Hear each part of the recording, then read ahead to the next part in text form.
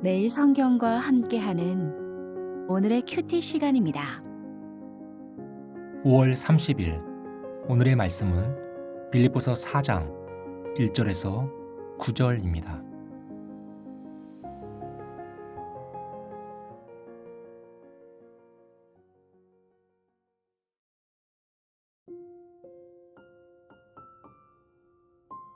그러므로 나의 사랑하고 사모하는 형제들, 나의 기쁨이요 면류관인 사랑하는 자들아, 이와 같이 주 안에 서라.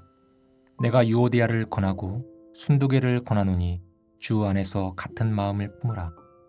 또 참으로 나와 멍에를 같이한 내게 구하노니 복음에 나와 함께 힘쓰던 저 여인들을 돕고 또한 글레멘드와 그 외에 나의 동역자들을 도우라.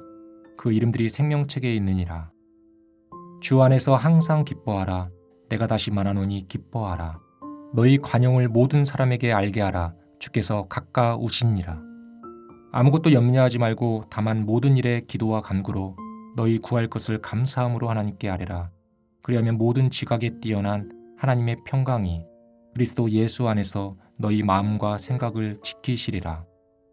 끝으로 형제들아, 무엇에든지 참되며 무엇에든지 경건하며 무엇에든지 옳으며 무엇에든지 정결하며 무엇에든지 사랑받을 만하며 무엇에든지 칭찬받을 만하며 무슨 덕이 있든지 무슨 기림이 있든지 이것들을 생각하라. 너희는 내게 배우고 받고 듣고 본 바를 행하라. 그리하면 평강의 하나님이 너희와 함께 계시리라.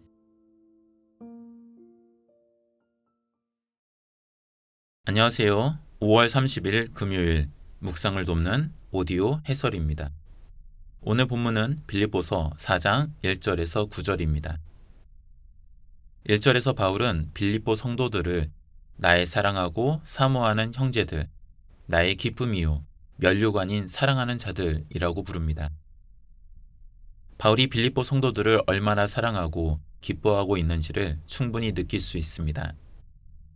그런데 정작 이어지는 2절, 3절의 내용을 보면 그런 빌립보 교회 안에도 문제가 있음을 알게 됩니다. 유오디아와 순두개를 꼭 집어서 바울은 권면합니다.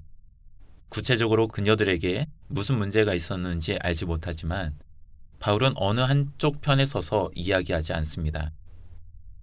그리고 바울은 누군가를 향해서 복음에 나와 함께 힘쓰던 저 여인들을 도우라고 명령합니다. 그녀들이 바울에게는 귀한 동역자이고 그녀들이 함께 마음을 모았던 사이였음을 알 수 있습니다. 다만 지금은 그녀들 사이에 다툼이 생겼습니다. 이렇듯 교회 안에 문제가 생겼는데도 바울은 그런 교회를 향하여 나의 기쁨이요 면류관인 사랑하는 자들이라고 부릅니다. 비록 지금 문제가 있지만 잘 이겨내고 더 단단히 세워질 것을 바울은 기대하는 것 같습니다. 그래서 이와 같이 주 안에 서라고 말하는 것이 아닐까요? 바울은 문제가 하나도 없어야지 흠이 없는 교회라고 생각하는 것은 아닙니다.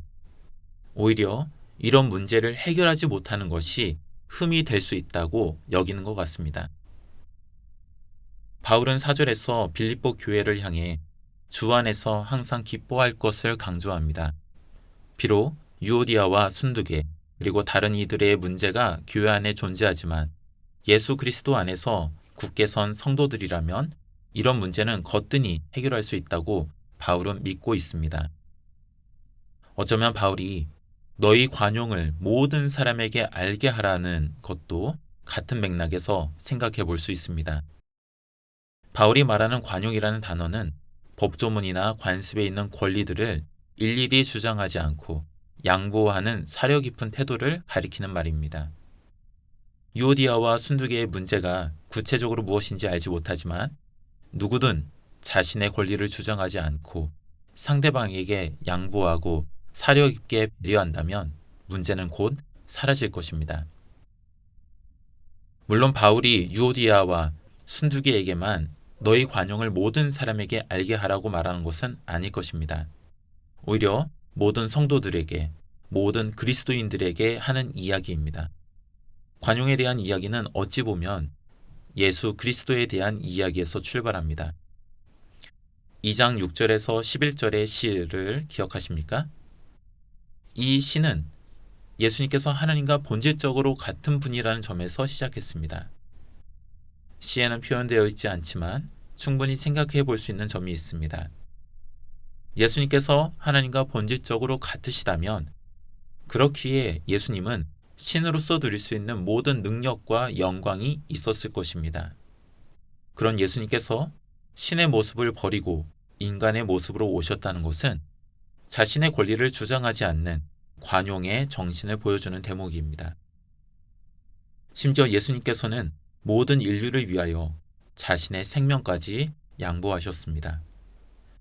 따라서 예수 그리스도를 믿는 그리스도인이라면 모든 사람에게 관용을 알게 하는 것은 다른 표현을 빌어서 말하자면 복음에 합당한 삶을 사는 일과 다르지 않습니다. 이런 관용을 사람들에게 보인다면, 즉 복음에 합당한 삶을 그리스도인들이 살아간다면 하나님의 평강이 너희를 지키실 거라 바울은 단언합니다. 8, 9절도 결국 동일한 이야기를 합니다. 무엇에든지 복음에 합당한 삶의 모습이 그리스도인에게 있다면, 바울에게 배운 대로 살아간다면 평강의 하나님이 그들과 함께 하실 것입니다. 우리는 이렇게 예수 그리스도께서 살아가신 것처럼 세상을 향해 살아가야 하는 사람들입니다.